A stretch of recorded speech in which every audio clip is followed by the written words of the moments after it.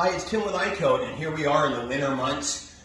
We're not dealing with exothermic reactions in the winter generally. We're dealing with epoxy that's too cold and doesn't release bubbles as well. Now, we've talked extensively about warming the epoxy to 82 degrees, and I know that we're still doing that. However, if your studio's 68, 70, 72, when you put in the epoxy into a cold mold, it's going to cool down the epoxy right straight away, and it's not going to be able to release its bubbles really well. So a couple of things we could do.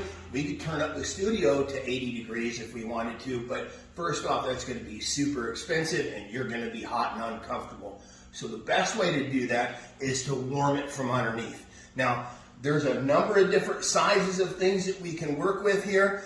This one's a pretty good deal. On Amazon, I think it was about 60 bucks. It's 4 feet by 2 feet, and it can hold an awful lot of molds, and it has a thermostat that we can control the temperature, and there's a probe here. So we can put that in here, we can put it underneath the mold, whatever we want to do, but that's going to keep a consistent temperature in that mold. On a smaller scale, we've got this here. This is a reptile heating pad. This is for growing seeds and hydroponics and starting seeds and all that stuff. This is a reptile heating pad. It's much smaller. You can see it. It works very well. It has a dial like this one does as sort of a thermostat, but it also, some of them come with a little probe so we can see the temperature and put that down in there. This has nothing to do with this as far as regulation, but we can just turn it up and down manually, or we can check it with our infrared temperature gun.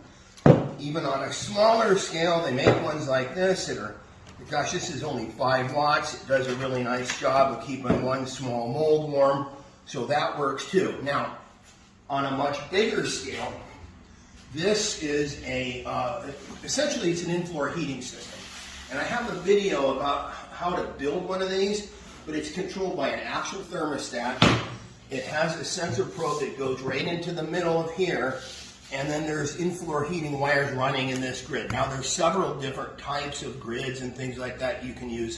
This one's made by Warm Up. I like it quite a bit. It's real easy.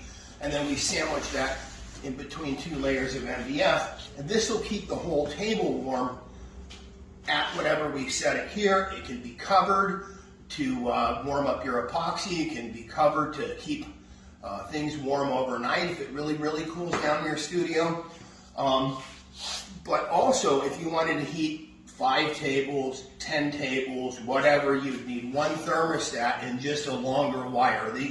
The wires are, this one's 80 feet of wire in this one, but you could get up to, on 110 volts, you could get up to 240. So it would be 3 full tables, and then if you have an electrician in the family, you could do up to 6. But it's very, very nice, inexpensive way to warm your projects, keep them at the right temperature, and it's only 200 and some odd watts that it requires, so inexpensive as well.